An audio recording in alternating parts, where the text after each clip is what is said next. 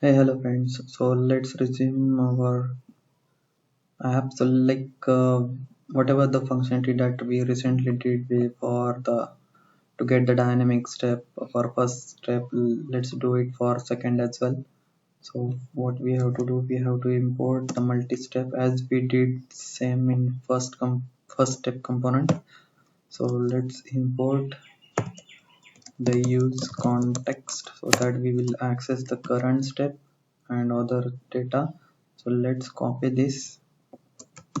So in a second step, so now what, so same thing we have to do on click.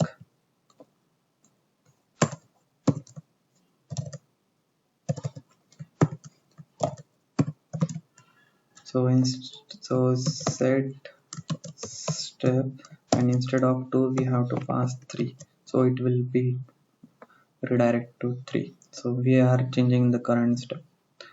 So now let's do it for third step as well. For the third step, let's put this, then use context, and also the use context data which we have passed from step context. So here what we will do, so here on click, so in this what we will do, we will call the submit data function. We will see the function later on. So let's bring that submit data here, and we have to pass that function from here. So inside this, let's function submit data, and we have to pass this function submit data. So now on the second step, we will what we will do, let's check what we have done. So this is the first step. You can see first step is completed, we are on second step, and now second step is completed, we are on third step. So but if we want to go back, so we require the back button as well. So let's put that. So let's copy this on second step. Let's put that button here, and instead of next, give the name as a back. And if we go back from the second step, we have to pass set step as a 1, so it will be on, and secondary color is secondary. So let's copy this and put this on third step as well, so that, so here we have to pass step as a 2.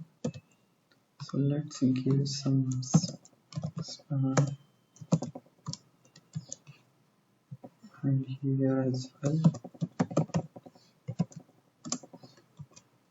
So let's check it out. We go, now you can see we have our back button on the screen. If I click, if I want to go back from the final step, so instead of next, we will change it. So now you can see we are on step 2. If I click on back again, we will be on first step. So let's check it again. Yeah, no, yeah, it is working fine. So on the third step, instead of next, let's put as a submit.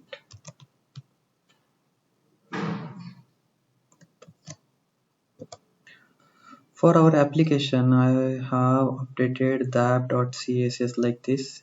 This is the small CSS we have required. So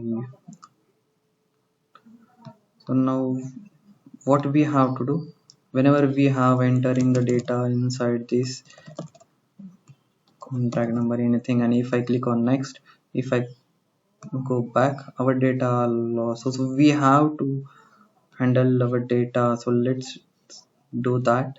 So for that, what we have to do, we have to write here the some on click or on change, not on click, on change. And what we have to do here, so here e the and then here we have to do set user data, and inside this we have to bring the user data. So this is the spread operator. Three dots means the spread operator. What it will do, it will be replace the comma separated values from the array. So now, and here what we have to do, e dot target dot value, and for here we have to pass the first name. So now, and the value for this we have to put like user data of first name. So let's check it out if it is working. So let's put Praveen as the first name, and let's go next, come back. Now we are having some issue with the data, it is not coming. So let's check it out what is happening. So we have first name, we have some spell mistake, it's my bad. So yep,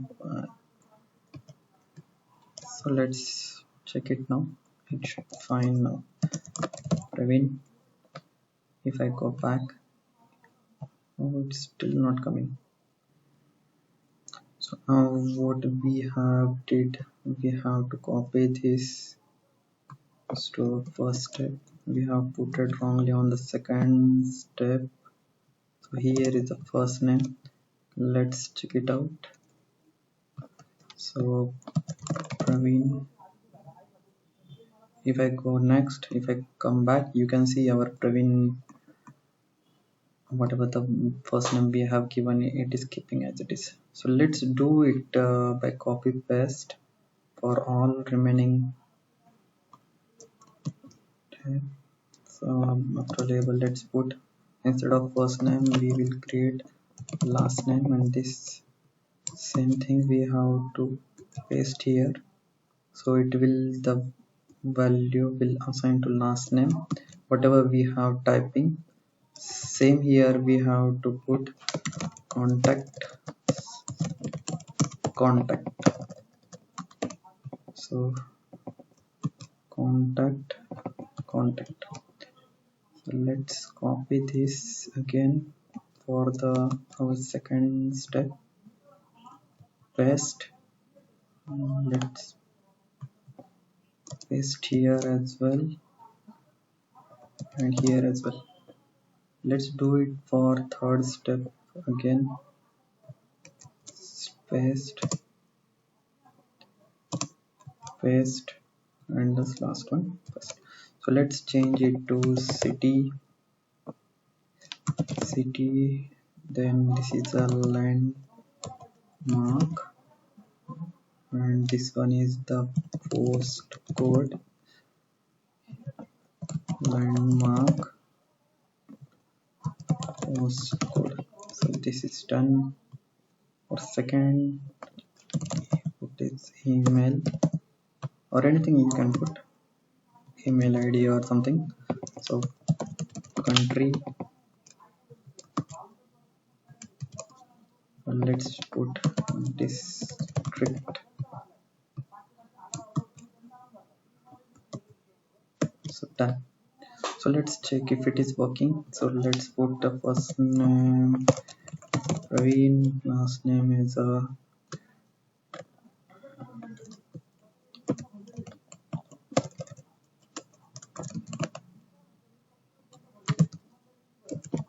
Gray, then contact number is anything. Let's put Praveen@gmail.com, or else we can put xyz.com, anything, because we don't have a focus on validation. We don't need to bother about that. Countries India, district is Nasik, city is Nasik, puts landmark opposite to bank, and the postal code is 12341, anything. So now if I go back, you can see our email address is as it is. If I go back, if I change, suppose if I want to change the last name, let's change it to anything, like last name will be Adkar, and if I go next, if I come back, you can see the last name is already updated. So if I check next, you can see the cities as it is, whatever we have added values. So if we can change anything.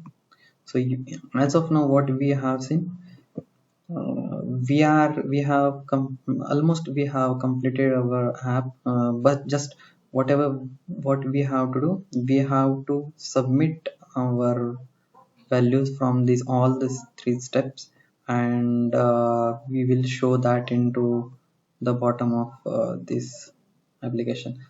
So let's do that in next video.